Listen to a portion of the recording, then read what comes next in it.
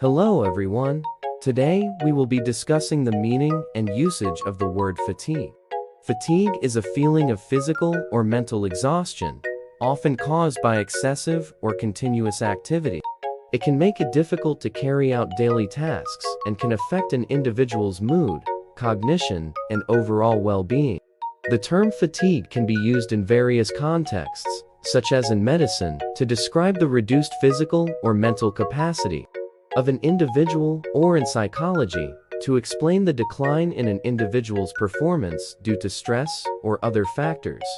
In terms of usage, the word fatigue can be found in various forms of writing, including newspapers, magazines, and books.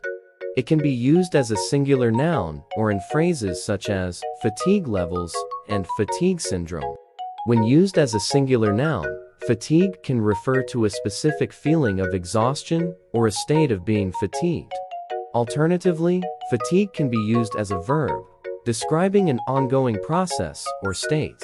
When it comes to language variation, fatigue can be found in various dialects and accents across different cultures. However, the underlying meaning and usage tend to be consistent, regardless of the region. In conclusion, fatigue is a valuable word that can be used to describe a range of different feelings, states, and conditions.